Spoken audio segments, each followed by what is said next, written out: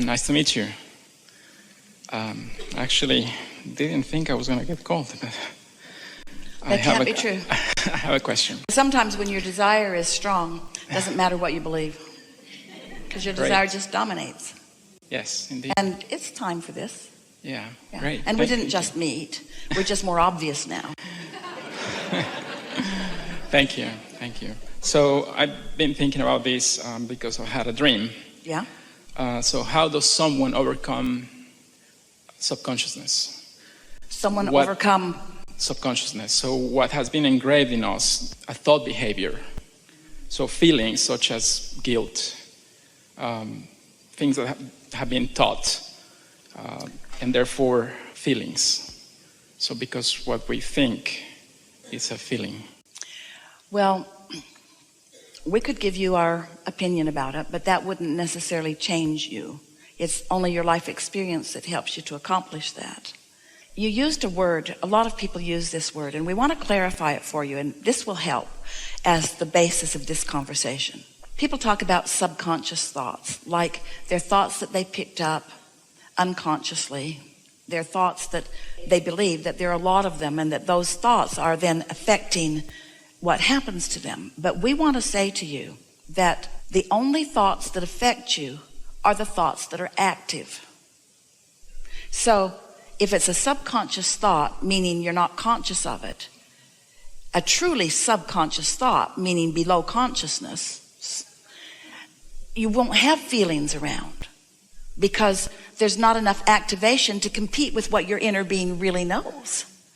So if you're having a feeling about it, it's not a subconscious thought, it's an active thought that's in competition or not. You can have an active thought that is not in competition with who you really are and what you really know, and that thought will feel like a good idea. That thought will feel energizing. You'll feel vitality from it. You'll feel interest in it.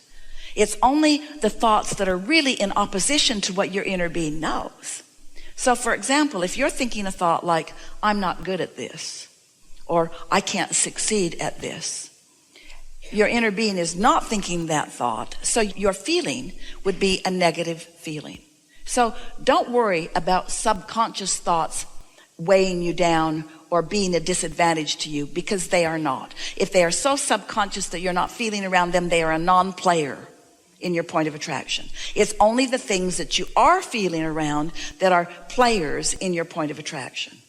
So then it gets a little easier, because a thought that doesn't feel good, now obviously the thing to do is stop thinking those thoughts that don't feel good. But it's not that simple, is it? Because law of attraction keeps them coming. And that's why people come up with these flawed premises that, oh, there must be subconscious things going on, because I wouldn't do that to myself, so it must be subconscious. No, it's not subconscious, it's conscious, and you keep doing it to yourself because it's easier to continue to think that thought because it has momentum than to stop thinking that thought. Following? But now you know how to stop the thought. Now you know how to slow that momentum. Now you know that there's another thought that also has momentum, that with a little bit of attention you can hook into. One time someone says, I'm worried about when I die being unconscious. The idea of unconsciousness really bothered her. And we said, oh, it's not unconscious then, it's superconscious. Superconsciousness. In other words, when you release this physical body and you reemerge into non-physical, and you join your inner being and all that your inner being knows about everything and about you, super consciousness. We just don't think you should have to croak in order to hook up with that. We think that a bit of understanding of the laws of the universe and a little awareness of how you feel and a little more determination to feel good and to be willing to do whatever it takes to feel good will lead you right there. You followed all of that, didn't you? Yeah.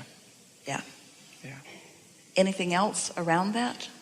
Well, now it makes more sense, but I answered my own question last week because I had this dream where just a month ago my wife and I traveled to Portugal, and in my dream we were traveling back to Portugal, and we were in a train, and I was feeling so guilty because I was telling my wife, we just came a month ago and we're on vacations again. But because of what's been ingrained in me, no, you got to work to deserve. Yeah, got to suffer and sacrifice. A year later, so you can travel again. And then it was given to me then. And then we are having this nice coffee and these pastries and all that. My wife is having all this fun. And I'm just thinking about, oh, shoot, where am I going to get the money to pay for this? Right? And then I parked the car in the wrong spot. I'm going to get a ticket. So sure enough, in the dream, I walked out and there is the car and it has a ticket. Right? So even in my dream, I'm attracting these things. Well, so then I wake up and then I'm like, what did I learn from this? And just accept it and be in the moment, truly in the moment. Well, here's the most important thing from a dream. What you think and how you feel equals your point of attraction. So in your wake state, what you've got going on in your thought process and how you feel about it, and then what happens is always a vibrational match, no exception. But it's also true of your dream state. The wonderful thing about dream state is that as you are pondering these questions, or as you are wanting to understand how all of this works, you're asking these questions. But in your dream state, you have no resistance because you're asleep and your resistance is inactive. So your dream can play out in a way that can make more vivid for you what's going on with you. So your dream pointed out to you that you feel guilty about feeling good, that you still have some resistance to letting the universe treat you in the way that you deserve to be treated. You're not quite sure how you deserve to be treated. In other words, you played that out in that magnificent, very telling dream. And that's not so different than what's going on in your day-to-day experience, really, is it? So we want to, because you are wide open right here and hearing us, we want to express to you some things because of your openness and your ability to feel resonance with them. The true knowing won't come from this, but you'll feel enough resonance that other dreams will come that will show you the shift that is taking place with you as a result of this conversation that we're having. So we just want to say some things to you while you're wide open, while you're in this receptive mode. Humans will teach you sacrifice, not because they don't love you, but because they don't know better. And when momentum is such that there have been many things happening in their experience that they don't have control over, their logical assumption is that since life has done that to them, that it might do it to you. And so in a well-meaning way, they seek to serve you in a sort of warning way. And so in time, they teach you things that your inner being knows are not real. They teach you sacrifice. Well, the only thing that anyone ever can really sacrifice is their alignment with Source. Everything bad that feels like it is happening is not because of what's happening. It's because in your attention to it, you're not in resonance with the wholeness of who you are. And the negative emotion, the emptiness, the futility, the fear, the vulnerability is all only about your disallowing the true resources. And so once you really accept that sacrifice is not the way, Esther, even with all that she has come to know, had a series of events that were so telling to her as she had experience after experience where she was wanting to do for someone who was in need. And in the process of attempting to do for them because they were in need, she found resonance with them without even knowing that she was doing it. And in the process, sacrificed her alignment under the disguise of doing good. You see what we're getting at? When you are willing to say that good is supposed to come to you, and you revel when a new idea comes and you know it feels good. When that elation, when Esther met Abraham, she asked if she should explain it to her parents. And we said to her, we don't think it's a good idea because they're far enough along in life and their beliefs are pretty much where they are. And you will only upset their apple cart with it. And maybe in the process your own too. But Esther thought that she would like them to know, because the thing that was most strong in her mind was the elation that she was feeling through it. She knew it had to be good.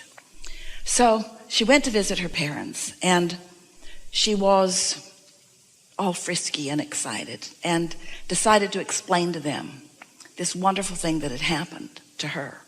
And they didn't see it quite that way. They didn't see it anything like that way. And her mother explained to her that this couldn't be good. And Esther couldn't understand why her mother wasn't expecting something that good to come to Esther. It's come to you, Esther, but it can't be good. And Esther said, something that feels like this has to be good. It has to be. She'd had enough exposure to it to know the value of it, even though others that mattered a lot to her were wanting her to not accept her own guidance about it and to follow instead their fearful guidance. That kind of good can't be coming, Esther. It must be bad. And her mother said these words, the devil will play so many tricks on you. The devil will show you 1,000 good things to get you into his clutches for one bad thing. And Esther said, Mama, I know for sure that's not what's going on here.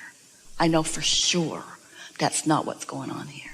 Now, if Esther had not been along the way, if she had not had enough of that resonance, if she had not come to understand that when something feels this good, it is, then someone's fearful words might have taken her out of alignment, and she might have joined in their fear and guardedness. You see what we're getting at? The only way to know is to know. And the only way to know is to find resonance with what you know is good. And when you do, then everything else takes care of itself. And then in time, so many of those thoughts that you've thought along your way, that you've been taught by well-meaning others who were just in that place of not knowing, they didn't know. They were taking other people's word for it. Her mother did not know. Her mother could not have known this resonance. She knew it once she made her transition, but she could not have known this resonance, or she could not have said those things to Esther, you see. Helpful? Indeed. Thank you so much. Yeah.